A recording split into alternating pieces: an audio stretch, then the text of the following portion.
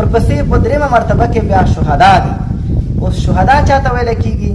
صدیقینو په باره کې خو موږ دا خبره وکړه چې صدیقین هغه خلک دي چې په دوی کې درونبیني ډېر وي.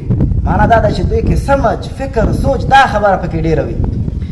نو شهدا بیا هغه خلک دي چې په هغې کې درونبیني دومره نه وي، هغه ظاهر ته ډېر ګوري، کائنات د شپه او ورځ دې شیانو کې ډېر سوچ کوي، هغه کې ډېر درونبیني نه وي چې په خپله یعنې دا صدیق کې علما فرمایي یو ماده دا وي چې د ځانلوالې خوښوي، ځان ته ناست یو ځای کې بس سوچ کوي، فکر کوي. او شهدا بیا داسې نه وي، هغوی چې د خلکو سره ګډ ژوند تېروي، هغوی کې یو قسم د جذباتو ماده پکې وي.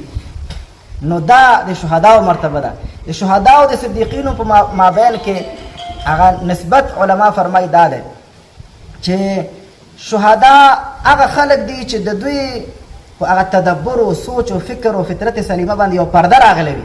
هغه پرده د څه شي راغلی وي؟ د جذباتو یو پرده پرې راغلی وي، په دوی باندې جذبه یو قسم غالبه وي. نو دا د جذباتو پرده د دوی نه هغه وخت کې لرې کېږي چې کله ناڅاپه په دوی غوسه شي، د غوسې په حال کې دوی بیا کله کله د دوی د جذباتو پرده دا لرې شي، د دوی شخصیت چې پټ کړی او د دوی هغه تدبر او فکر، سلیم فطرت او سلیم عقل چې پټ کړی وي، هغه د جذباتو یو پرده چې پرې راغلی هغه یې پټ کړی وي. لکه د حمزه رضی الله تعالی عنه په باره کې راځي چې دا د شهداو نه و، عمر رضی الله تعالی عنه په باره کې راځي چې دا د شهداو نه و. ځکه حمزه رضی الله تعالی عنه د نبي علیه السلام سره دومره نږدې رشته خپلولي لري چې نبي علیه السلام د نبي علیه السلام هم تره کېږي حمزه رضی الله تعالی عنه، او هم یې رضایي ورور کېږي. او دومره خپلولۍ سره سره حمزه رضی الله تعالی عنه 6 کاله د نبي علیه السلام د دعوت کېږي، د ګرځي سره دا سوچ نه کوي چې دا پیغمبر چې زما وراره هم کېږي، هم مې رضایي ورور دی، دا څه وایي دلته د کلي کې د څه روان کړي دي. نو هغه دا فکر نه کوي. او سره د دې نه د لاړ ښکار ته یو وار ښکار ته تللی دی، نو ښکار نه چې بېرته راځي وینځه مخې له راځي چې ته خبرې ستا وراره خو ابوجهل په سر وهلی او سر یې زخمي کړی دی. نو دی ورته وایي چې دا څه وایي؟ یو همداسې چل شوی دی او وینځه ورته وایي.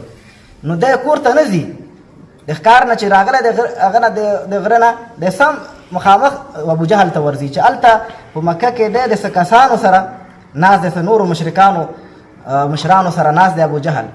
چې ورځي اول دا په دې لینده باندې په دې سر وهي، چې په سر یې ووهي سر یې زخمي کوي چې تا زما وراره وهلی. او هغه ابوجهل ته ورته وایي چې ته ګوره دا خبره هم واوره چې زه د دې نه بعد ما د خپل وراره دین قبول کړی دی، نو ته ستا لاس خلاص چې څه کولی شي وکړه. نو ګوره د جذباتو په نتیجه کې د څه وکړه؟ اسلام راوړه. د دوی په هغه کوم درونبیني او کوم فطرت سلیمه او عقل سلیمه باندې پرده چې راغلی هغه د جذباتو پرده وه، هغه د جذباتو د غصې په حالات کې هغه ختم شو. نو ایسته د اسلام راوړو.